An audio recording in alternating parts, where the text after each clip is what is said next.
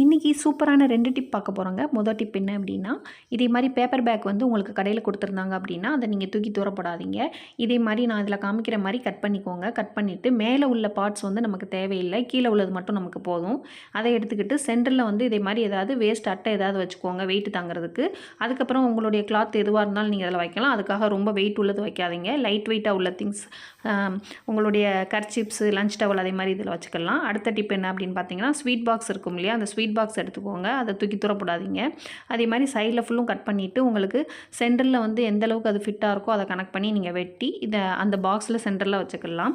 அடுத்து ஸ்வீட் பாக்ஸ்லேயே கொடுத்த இந்த இதுவுமே எனக்கு நான் வேஸ்ட்டாக தூர போடலை, அதை அப்படியே தூக்கி அதில் அப்படியே வச்சுருந்தேன். இது ஸ்வீட் பாக்ஸோடு வந்திருந்தது தான்.